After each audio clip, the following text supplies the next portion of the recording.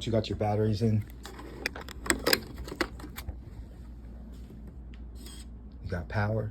There's 3 ways to open this. Hardwired key. If the batteries ever run out of power, you got a USB cord that you can hook up right into this, and that will allow you to put in your fingerprint or your code if you don't have your keys, of course. All right, step 1 is modifying password. First, you got to put in the default password, which is 1234. Hit the key. All right, once you got access to your safe, you're going to hit the set button for a second. Let go. Type in new password.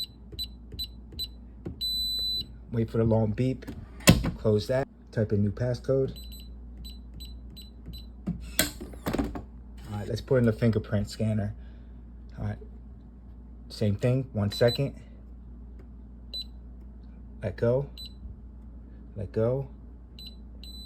Wait for the long beep. Let's try this out.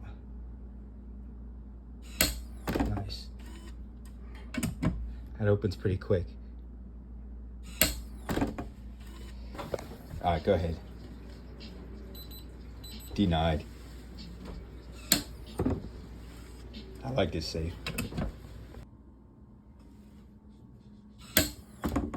Let's throw some knives.